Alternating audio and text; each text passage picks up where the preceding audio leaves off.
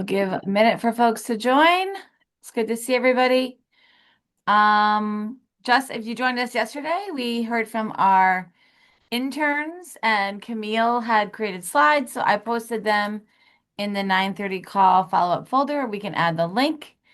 And then tonight, Strategies for Children is partnering with neighborhood villages to do a budget breakdown. And quick update that the Massachusetts Senate Ways and Means Committee released their budget proposal. And so their budget was released yesterday. Folks have until 5 p.m. on Friday to file amendments. And if you come tonight, we will kind of go over both the House proposal and the Senate Ways and Means proposal. And we can put the link in chat. We have 150 people registered for that event tonight.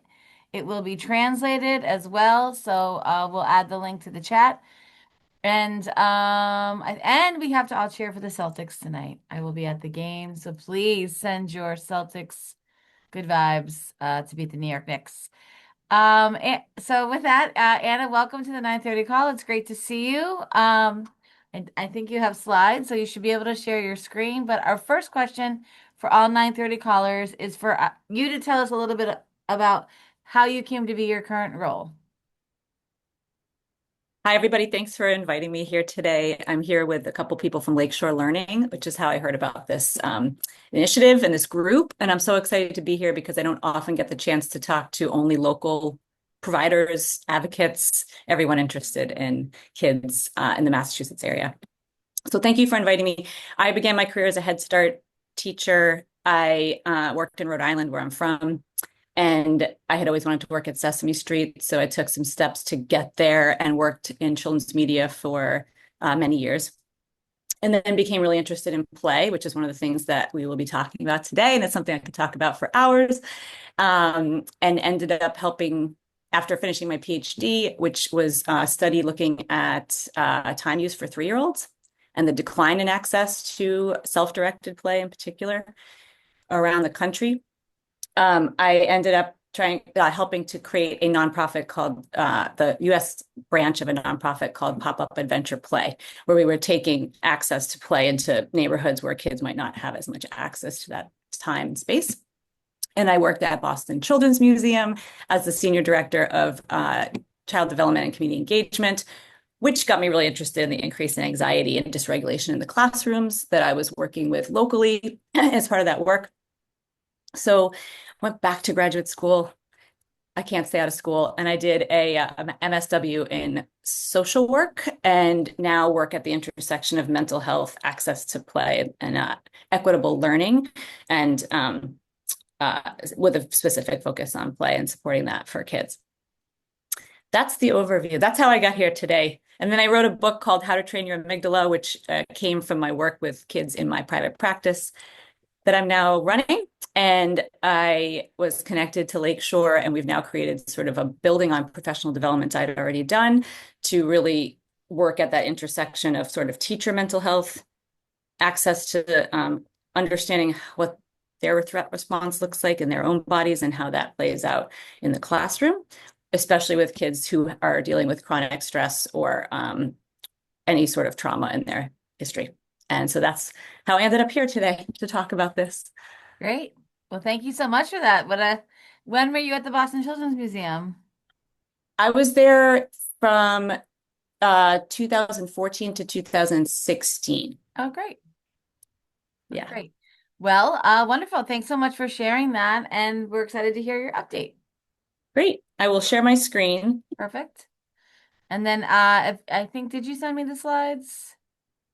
I didn't yet, but I can. Yeah, so I just added a link to the chat. So along with all our recordings, which are on our YouTube channel, we also have a follow-up folder where we have all of the materials dating back to 2020 to our first calls in the follow-up folder. So we'll add them there.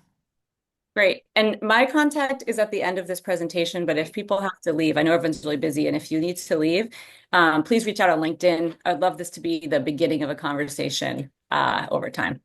Great. So the title of this is actually the title of the training that we do with teachers and other care providers for kids. It's how to train your amygdala, a trauma-informed, play-based approach to help children cope with intense feelings and challenging behaviors in the classroom and beyond. We're trying to win the award for the longest training and presentation title. I think we might be there. So my background I just shared, so we don't need to go into that, except I wanted to share I'm also a mom, and I feel like I've learned so much about what it means to be a caretaker of kids by being a parent. And I spent a long time advising in different roles, advising parents about their kids before I was a parent, and then I understood a whole lot more. So just wanted to share that I'm a proud mom as well. The history of this model that we're going to be talking about today is that obviously, as you know, there's decades of research indicating the importance of play for overall healthy development, learning, agency in particular with self-directed play and engagement. And I always talk about play across the lifespan because, as you likely know, we don't grow out of our need for play. We just grow out of the opportunities to play. And it's really important to stay in touch with that in then caring for children, in my opinion. I love to teach kids real words. This is something that we've all felt strongly about when I was working at Sesame Workshop, and that you kids can understand. You can capitalize on curiosity and give kids like sort of the real words for things, which is why I love to use the word amygdala with children, because it's a fun word to say. There's literacy there, and also it's teaching them a bit of neuroscience, which is really important, understanding their own regulation. I like to build on this in-depth understanding of how things work with kids and making complex concepts accessible. And so that leads to this idea of how do you take basic neuroscience and help kids understand what's happening in their brains and bodies as they build the regulation skills that we know that they need. And the objective is sort of co-regulation. So how does a teacher or another caregiver for kids understand that? Engage in co-regulation that leads to self-regulation in the child. And all of that is impossible, as you know, without strong relationships, because we can throw a bunch of curriculum at everybody in the world, but if they don't have trust with the kids they're working with, it doesn't go anywhere. So if you do 20 minutes of SEL once a week, but you don't have trust with the kids, it's not enough time, and you don't have the connection to make it useful. All human relationships evolve, and all human behaviors evolve in the context of relationships, because that's how we're innately driven, and can be changed or unlearned in the context of relationships. So obviously we all know on this call that the importance of relationships is, you can never overstate that. And I talk about play as both a protective factor.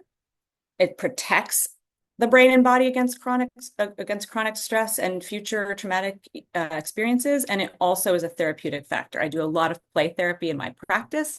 I'm trained in play therapy, and we bring that into this model when we're working with teachers. I'm not going to go into the details. The reason this slide is so dense is because we all know that we are currently in a mental health crisis with kids. There's more information coming at the child's brain and the parent's brain and the teacher's brain than at any other point in human history. So just from what we're getting on a daily basis alone, on top of not having a house, not having access to resources for support, local events, the current now fear of deportation, all of that is happening for children and families. And then teachers and other caregivers are trying to exist in that world as well, while also being frontline support for so many children. So this is where we are. And therefore, it's no surprise that the types of behaviors that I'm hearing most about when I'm working with teachers are things like hitting, biting, swearing, even when really, really young kids, the shutdown, which everyone here has probably seen in a child, hiding, and then eloping from the classroom or from the school. And these are not things that never happened before, right? I mean, obviously, like I taught Head Start in the mid 90s, and every single thing on this list happened, just not at the rate, right? So what we're dealing with is the mental health crisis, and then the fallout is this. Why? So everything I just read aligns with this idea of a fight, flight, freeze response in the brain. Many people are walking around all the time in survival mode, which means that we are perceiving threat at a higher level. Then we go into our protection of our own survival, and we go into fight, flight, freeze, including myself. I'm not talking about other people. I'm also talking about me, right? So, and then trauma's impact on the threat response is that instead of it being you rise to your fight, flight, freeze, and then you rest and digest, and you rise to your fight, flight, freeze, and then you rest and digest. It's all the time. So if a child is always in this mode, they're always in self-preservation mode. Therefore, someone takes your truck outside, it's like they're threatening your life, right? So it's not just a dump truck, it's your life. So the impact on families and relationships is enormous. And the impact as teachers on teachers who also may have their own trauma history, also dealing with all the things on the previous slide. Now they're also trying to provide that safe, supportive, nurturing environment for children in their care. And so how is this visible in behavior? Hitting, biting, swearing, shutting down, hiding, running, and eloping. Hopefully, these are all things that the kids are doing. But there's a shutdown that happens for adults as well, right? So I like to make this clear to parents and teachers that I work with examples. And you've all probably seen this, or it's happened for you. So you're about to cross the street with a child. A car is suddenly, because it's Boston and Massachusetts, is Right, coming I was gonna down. say we're statewide, so we love. Yes. Well, so I can only speak for drivers in the Boston sort of Right, metro area. People are driving as if like they are sometimes right. using your car as a weapon, essentially. So like in flight response mode. So let's say you're crossing the street, a car is coming at you, and the thing that happens is you yell at the child, right? The don't cross the street like that. How could you do that? You know that there's traffic coming. It didn't start with anger. The surface is anger because love and care drive our threat response. So in effort to protect the child is now feeling totally scared because the car was coming and now yelled at because of the fear response in the brain. Kids are playing on the playground and teachers are observing, and a child tries to go into a space that's not allowed at that time or something. And they're maybe trying to protect another child that's smaller. I see this a lot.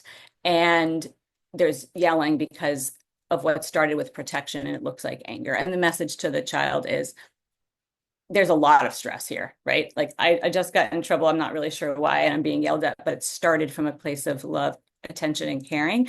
And that connection is really important as we start to understand what's driving these human behaviors. So essentially, we really have to watch out for the lion. Our brain and bodies are communicating to survive. The reason breathing works, it's become a little cliche in classrooms, I think. Just take a deep breath, and that's sometimes really triggering. But the reason it can work if a child's in the right place is because when we are breathing, we're sending the neurofeedback is you can't possibly be being chased by a lion because you wouldn't be stopping to pause and breathe. And that is essentially why some of these strategies work from a neurological standpoint. Why use your words often doesn't work is because when in threat response, it shuts down language system in the brain, and kids can't actually use the words that they know that they might have, or they don't have them. Why play does work? If you were being chased by a lion, you would not sit down and engage in deep, focused play. Why? Because you'd be attacked by the lion. So play actively sends a message back to the brain. We can be regulated. We know this is a lion. It's really hard to tell that this is a lion. I mean, this face looks more lion-like, so you could see why a teacher would be potentially threatened by this and go into their own survival mode too. It's much harder with this. It's hard with this to see how your brain might go into threat response mode. But if this has been happening for 6 hours across several days, you can see why an adult might go into threat response mode and have a really hard time then engaging in regulation skills that are necessary for success in school and life. So what we're doing is we're building a foundation in trust and modeling the capacity to cope through this intervention. The points of difference in what we've put together compared to some other really fantastic curriculum and training programs are that we're starting with the why. It's really hard to jump into the how with sustainable change unless there's buy-in from the adult about why you would be doing an intervention. This is why I love the small doses of neuroscience to help and psychology to help early childhood teachers. We know it's important to establish trust because human behaviors are learned in the context of relationships, like I said, and they need to be changed in the context of relationships. So we start with this deep understanding and connection about why play is important and why and it is all children's first language. So we want to understand why and how we feel and act the way we do to increase baseline regulation. We want to help teachers understand kids are not hopeless or wild, and teachers are not going crazy. What's happening is that your amygdala, part of the threat response in the brain, is taking you into fight, flight, freeze response mode, and we can break that down and help people understand and then do the regulation and skills. And amygdala is just a fun word to say, like I said earlier, and really young kids can say it. We are addressing the why with empathy and basic neuroscience, and we increase access to play, build trust, and increase adult regulation first.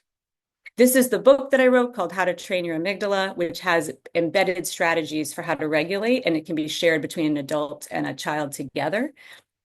And at the end, there's a playbook from the amygdala to kids about strategies you can use beyond what the amygdala asks you to do to help calm it down in the book, and also a parent adult teacher resource section at the end.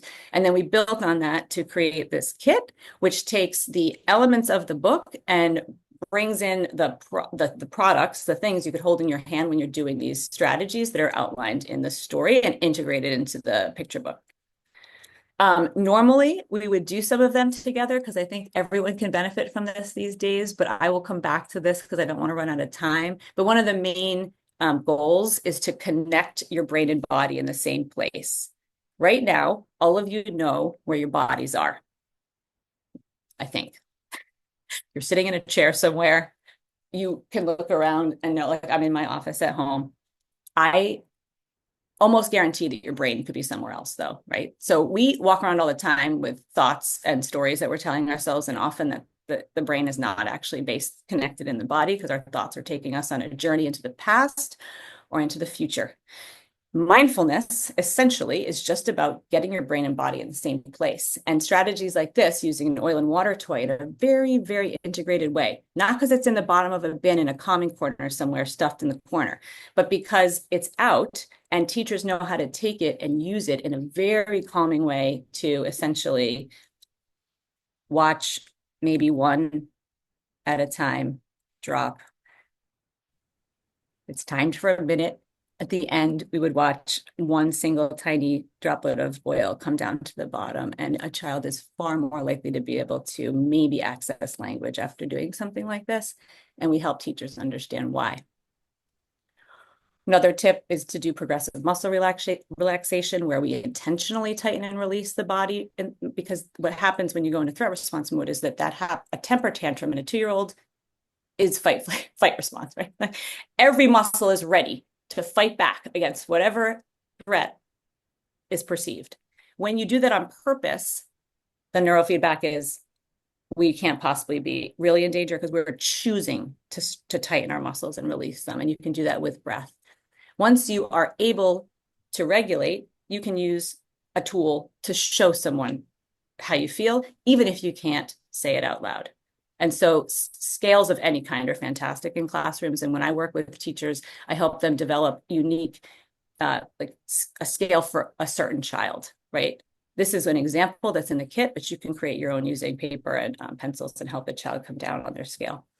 So the training overview is we do interactive, it's hands-on. I've done this with anyway from like 15 small group people, maybe trained in a more train the trainer model where it's like managers, or up to like 150 staff. And with Lakeshore, we did a training at Head Start in Utah with a lot of staff, including the cook. So the person who's making the food included, right? Because everybody can benefit from this. And then you're creating a deep understanding at all levels of a community in why play is important for trust and building, defining play, creating shared language about the importance of play, direct experience with adults. They play. We get adults playing. And this is something I started in 2010 when I was involved with pop-up adventure play. Adults engaged in self-directed play to feel what play feels like and not just talk about what it is. It's very different. And we always start with what is something that brought you joy when you were a child, because play is defined by lots of different people in different ways, but joy people feel and what they describe. I've asked that question to thousands of adults over the course of the last 15 years. They always describe what I would call play, right? They describe, and a lot of times it's self-directed, but maybe with the support of a loving adult. We develop a shared language about trauma and the impact on neurological development and function. And we practice evidence-based strategies building on that trust to help kids co-regulate and then self-regulate. And this is pulling from my mental health background in cognitive behavioral therapy, which is evidence-based for helping kids manage anxiety, or essentially the threat response, and depression, and also a lot of play therapy and mindfulness work, like I mentioned before. So in summary, we are working to increase trust and baseline regulation through playful learning and self-directed play. We talk about the protective and therapeutic benefits of play so that people deeply understand why it's important to build time into a busy classroom schedule to allow for play. We instill a deep understanding of the benefits of play through experience, and then we build on that trust with children to engage in co-regulation skills. Locally, prior to my work with Lakeshore, I've done this work with the Boston Public Schools, Countdown to Kindergarten, and then most recently with the Bridge Charter School here. And then with Lakeshore Learning and broadening to include the KIT and specific elements related to mental health and regulation skills. With Lakeshore Learning, we've worked with Utah Head Start and Minnesota Head Start to date. This is a picture that one of the Lakeshore sales reps that's in Connecticut shared about what happens sort of after some of this work, where kids start to understand what their amygdala is, and then they drew pictures of them. So it makes me so happy to see this, the word use, the literacy, and then sort of the understanding of like, this is what it looks like in the book. And now I know, understand that this is also part of my brain, and I can use strategies to train it or calm it down. Our next steps, in my opinion, I hope, would be to partner with school or community-based organization to implement this PD professional development training that I've been building for the last 15 years or so, along with the kit, and have follow-up. I usually include at least an hour or 2 hour Zooms after the intervention is introduced to come back, because I've always gone to my own PD and thought, oh, but I have questions, and now I'm never going to see that person again. So it's really nice to be able to come back, reconnect, and reflect on what's worked and what's still challenging. And maybe there's opportunities to introduce pre-post qualitative assessments of teacher beliefs and behaviors, pre-post qualitative observational assessments of children's behaviors over time, and also build on some of the work we've done in family engagement to create a more tangible version of this work with families. Because one of the biggest things I'm hearing from teachers is that they can do a lot of this work in the classroom, and then for whatever reason, parents are not very involved in what's happening in the classroom, and it's really hard to make that connection to the home. But in the past, I've done play workshops with parents. So it's essentially that same idea. If you get parents re-engaged with self-directed play in themselves, they understand why it's important. They understand how it builds trust, more likely to want to care about it for their kids. And then layering on the self-regulation and co-regulation as well. Thank you. This is my own daughter when she was about, like 18 months old, playing in a box that I allowed her to leave in the living room floor for like 2 months or something. So she Everyone have loves space to play boxes. in the box. Yeah, everyone loves boxes. Yep. Thank you so much, Anna. And I see Shannon is here as well. Hello, Shannon. I'm going to go to the chat. Danubia shares, I did a training with you when I was a parent ambassador at BCM. It's Oh so my great to goodness. meet again. Andrea Parker says, love this. When working in a trauma-sensitive middle school, I learned what my trauma response was to my teens' trauma responses. Whoa. Andrea says, yes to learning with our own kids. Edna says the title is very enticing and exciting. Oh my God, yes, adults do not realize how they also enjoy playing as it has been repressed inside them somehow. My perspective. Love this. We need to allow ourselves to color along with children and experience with them. When you were talking about the behaviors, which we certainly have heard on the 9:30 call, Donna Danette added that an increase in the rate and the intensity, Mm-hmm. which we have seen. And then let me go down to the chat. Great connection to the ACEs survey shared on Monday. So on Monday, this does fit well with a call that we had there. Andrew was excited about homemade lava lamps. Yes, I love it. Maribel says, excellent topic. We need to learn to regulate our thoughts and self-care. Start with us as a good example for children. And Edna added, and how important for us to be aware of of our IFS. Very excited topic indeed. Kim Davenport wonders, have you trained FCC providers, networks of providers? And Edna adds that would be helpful. And Andrea, I see your hand. Can someone share what those acronyms mean? Because I get lost in all of the acronyms. Oh, family child care providers. Oh, family. Oh, yes. So I have trained family childcare providers through the JP Neighborhood Development Center. In Jamaica Plain. Yes. Great. Okay. Yes. So there is, Uh, I mean, essentially the same content, but you Absolutely. just address the examples and then what people are sharing in their breakout sessions evolves. That's a really that's a really great audience, actually, Yeah, because a lot of times what happens is parents that are providing in-home care will talk about this as a parent, and then they're also in their home providing care. So it's all kind of happening all the time. I think it's even harder in a sense to sometimes regulate when you're not you're providing the care in the space that you also are providing care for your sure. own children in, and that merging is pretty complicated from a psychological standpoint. So yeah. Donna added the link to the learning kit. Harold wondered, is training available in other languages, Spanish and Portuguese?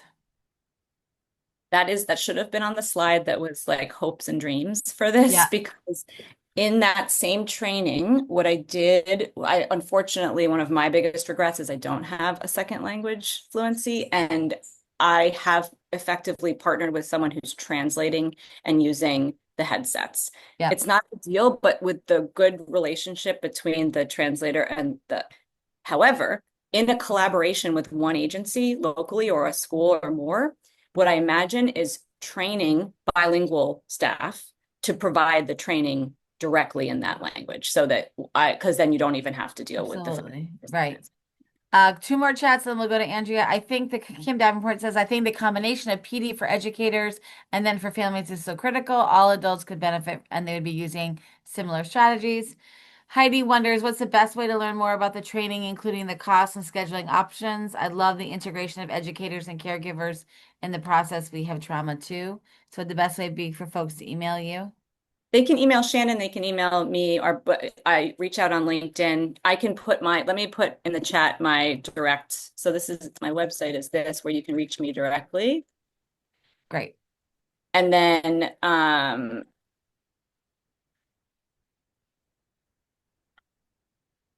And while you're typing, Andrea, maybe if you have your question ready. I do. I don't know that I can ask it very quickly. Is it Anna or Anna? I missed the introduction. oh, either one is fine. Okay, Anna. Thank you Yeah. so much. I was previously a trauma trainer and I'm also a Spanish speaker, so feel free to reach out if you'd like to partner, or I can reach out to you rather. The That would question, be I love this focus of family engagement. And so I don't know that I can ask this question quickly, but you know how when there's an incident, that slide that you had, there's biting and eloping and cutting and that sort of thing, those behaviors. So, when those sorts of things happen, we deal with oftentimes the student or the child that um, had the behavior. But then in a daycare center, we're also faced with the families whose children don't have that behavior and who don't understand the trauma responses and who are like, scandalized that their child has been bitten or cut, or rightly so, right? But like, have you worked with daycare centers around that piece of family engagement, like helping families who are not in high trauma environments to understand the trauma responses of their children's peers? Does that make sense? And sorry, I know we're going over. No, I do understand that. And I've done that in my own work because a lot of times I'm working with kids who have high anxiety and then they also might be getting bullied or targeted in other ways. So I'm helping in that sense it's such a good idea because kids get forgotten in that sense, right? Like the kid that's the victim of that doesn't get necessarily the same attention, which is somewhat why the behaviors continue. The attention goes to the child Right. that thing, and then they get more attention for that, right? I think it would be really good for all of the parents at the beginning of the school year to have this type of immersion in what is happening, right? So then the parent that whose child was impacted at least is starting off with a baseline understanding of like why some of this happens, the why before the behavior, the why before the visible piece. So I think that's a great needed idea. Yes. And Donna reminds us, Andrea, it's childcare, not daycare, which is one of our plights here on the 9:30 call and my life's work. Anna, thank you so much for joining us. Please send me your slides. And we thank you for putting your email in chat. And please, if you have anything new research or you want to come back to the 9:30 call, please join us. I think this content we've heard a lot of questions around, and I think Andrea's question about kind of when you are in a classroom or you're in a family childcare program, thinking about all the children is overwhelming. And so I think that was a really important question to think about how you as an adult are also thinking about how you're managing all of that behavior in a classroom. Okay, well, tomorrow we are going to hear from folks from First Teacher. So this has been quite a week of connecting these two pieces. So thank you so much for joining, Anna and Shannon. Thanks for being here. And we will see everyone tomorrow on the 9:30 call. Have a great Bye. day. Thanks so much for inviting me. Sure.